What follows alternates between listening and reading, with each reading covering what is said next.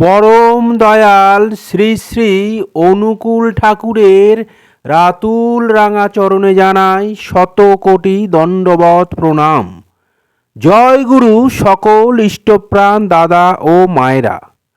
আশা করব ঠাকুরের কৃপায় আপনারা সকলে ভালো আছেন, সুস্থ আছেন। আমরা আজকে ইষ্ট প্রসঙ্গে আলোচনা করব পরম দয়াল শ্রী শ্রী ঠাকুর রোজ সকালে ঘরের দরজার সামনে কি রাখার কথা বললেন। বীরেন নামে এক দাদা পরম দয়াল শ্রী শ্রী ঠাকুরের দীক্ষা গ্রহণ করলেন। তিনি শুধু দীক্ষা গ্রহণ করলেন না, তিনি ঠাকুরের কাছে সস্তয়নী গ্রহণ করলেন। তিনি একই সাথে দুটি গ্রহণ করলেন। তিনি দীক্ষা ও সস্তয়নী গ্রহণ করে যখন বাড়ি গেলেন, তখন বীরেন্দার বাবা ভীষণভাবে রেগে গেলেন। কেন সে শ্রী শ্রী ঠাকুরের দীক্ষা গ্রহণ করেছেন, শুধু দীক্ষা নয় আবার সস্তয়নী গ্রহণ করেছেন। এই রাগ হওয়ার কারণ হচ্ছে বীরেন দাদার বাবা শ্রী শ্রী চৈতন্য মহাপ্রভুর ভক্ত। তিনি শ্রী শ্রী চৈতন্য মহাপ্রভুর ভক্ত, আর তার ছেলে শ্রী শ্রী ঠাকুরের দীক্ষা গ্রহণ করেছে। এই ঘটনাটা তিনি কোনোভাবে মেনে নিতে পারলেন না।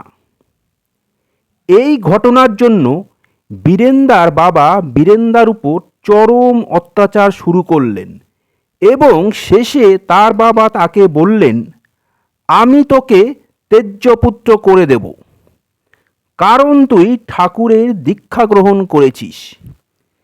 এরপর বীরেন্দা যথারীতি পরম দয়ালের কাছে আসলেন। পরম দয়ালের কাছে গিয়ে তার সাথে যা যা ঘটেছে সব কথা ঠাকুরকে জানালেন। তিনি যখন সব কথা ঠাকুরকে জানালেন, ঠাকুর শুনে বললেন, এই কথা শোন, তোকে আমি একটা জিনিস শিখিয়ে দিচ্ছি। তুই রোজ এই জিনিসটি বাড়িতে করবি, দেখবি সব কিছু ঠিক হয়ে যাবে, সুন্দর হয়ে যাবে। আমরা কি জানি, গুরু মানে যিনি আমাদের অন্ধকার থেকে আলোর পথ দেখান, তিনিই হলেন গুরু। আর সদ্গুরু মানে যিনি সব কিছু পূরণ করেন, প্রকৃতপক্ষে তিনিই হলেন সদ্গুরু। স্বয়ং পুরুষোত্তমই কিন্তু সদ্গুরু রূপে এই ধরাধামে অবতীর্ণ হয়ে থাকেন। পরম দয়াল শ্রী শ্রী ঠাকুর তারপর বীরেন্দাকে শিখিয়ে দিলেন যে রোজ ভোরে তুমি ইষ্টভৃতি করবে এবং ইষ্টভৃতির পর তুমি রোজ তোমার বাবা মার ঘরের দরজার সামনে কিছু না কিছু রেখে আসবে। এই যে বাবা মার ঘরের দরজার সামনে রোজ কিছু না কিছু রাখা মানে হলো মাতৃভৃতি পিতৃভৃতি। এই মাতৃভৃতি পিতৃভৃতির ফলে কত সৌন্দর্য একটা পরিবার গড়ে ওঠে, এইগুলো হলো তার ছোট ছোট উদাহরণ। যাই হোক, ঠাকুর বীরেন্দাকে শেখালেন, তুমি যা পারবে তোমার ক্ষমতা অনুযায়ী সেটা ফলমূল, বাতাসা, মিষ্টি, যেটা যেদিন তোমার কাছে থাকবে সেটাই তোমার বাবা মার দরজার সামনে ভোরবেলায় ইষ্টভৃতি করে রোজ রেখে আসবে। একদিনও যেন বাদ না যায়। রোজ এটা দায়িত্ব সহকারে করবে। বীরেন্দা পরম দয়ালের কথা মতো তাই করলেন। তিনি রোজ ভোরবেলায় ইষ্টভৃতি করে বাবা মার ঘরের দরজার সামনে গিয়ে কোনো দিন মিষ্টি, কোনো দিন বাতাসা, কোনো দিন ফল, যেদিন যেমন জুটত সেদিন তেমনই রেখে দিয়ে আসতেন।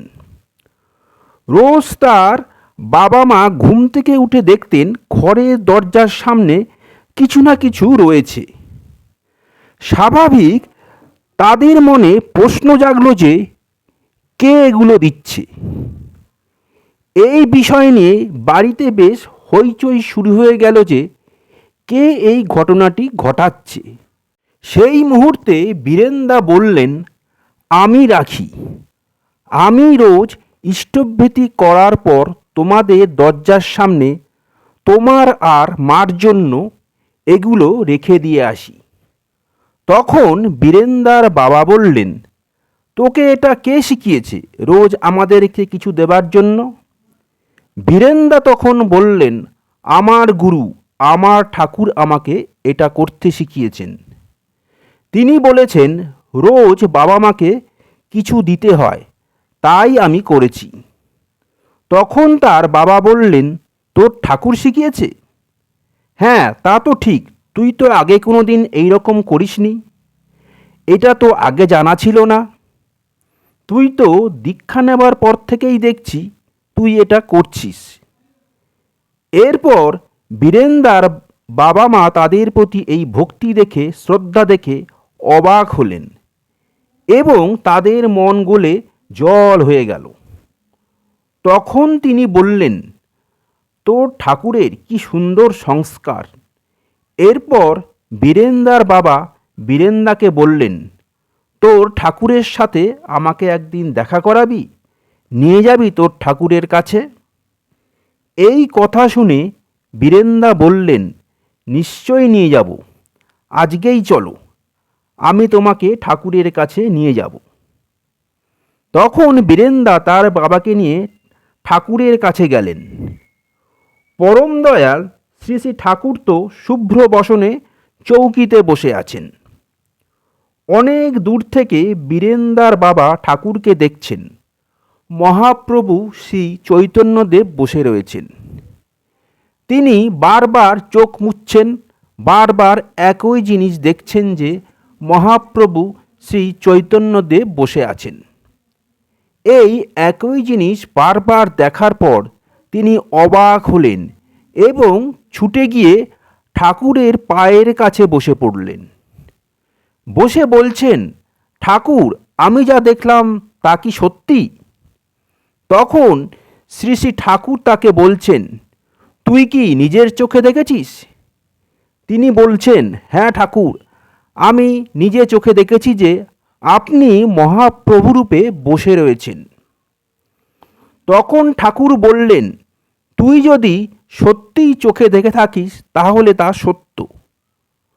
তখন বীরেন্দার বাবা ঠাকুরের পা ধরে কেঁদে দিলেন এবং বললেন, আমি দীক্ষা গ্রহণ করব ঠাকুর, আপনি আমাকে দীক্ষা দিন। এই হলো ঠাকুরের সংস্কার। ঠাকুর কিভাবে একটা পরিবারকে দেবালয় করে গড়ে তোলা যায় তার জন্য তিনি এই রকম ছোট ছোট কর্মগুলো করতে বলেছেন। এই সংস্কারের মধ্যে দিয়ে যদি আমরা ঠাকুরের সংস্কারে আবদ্ধ হয়ে চলি তাহলে প্রত্যেকটি পরিবার কিন্তু দেবালয় হয়ে উঠবে। আজকের ইষ্ট প্রসঙ্গ এখানেই শেষ করলাম। আশা করব আজকের আলোচনা আপনাদের ভালো লাগবে।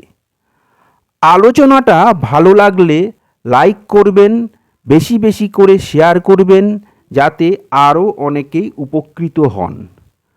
আমার চ্যানেলটা সাবস্ক্রাইব করবেন এবং আমার পাশে থাকবেন। এরকম আরও অনেক অজানা ঠাকুরের তথ্য নিয়ে যাতে হাজির হতে পারি। সবাই ভালো থাকবেন, সুস্থ থাকবেন, আনন্দে থাকবেন, খুশিতে থাকবেন। ঠাকুরের কাছে সদা সর্বদাই এই প্রার্থনা করি, ঠাকুর সর্বদাই আপনাদের যেন ভালো রাখে। কালকে আবার অন্য ঠাকুরের তথ্য নিয়ে হাজির হব। জয় গুরু, বন্দে পুরুষোত্তমম।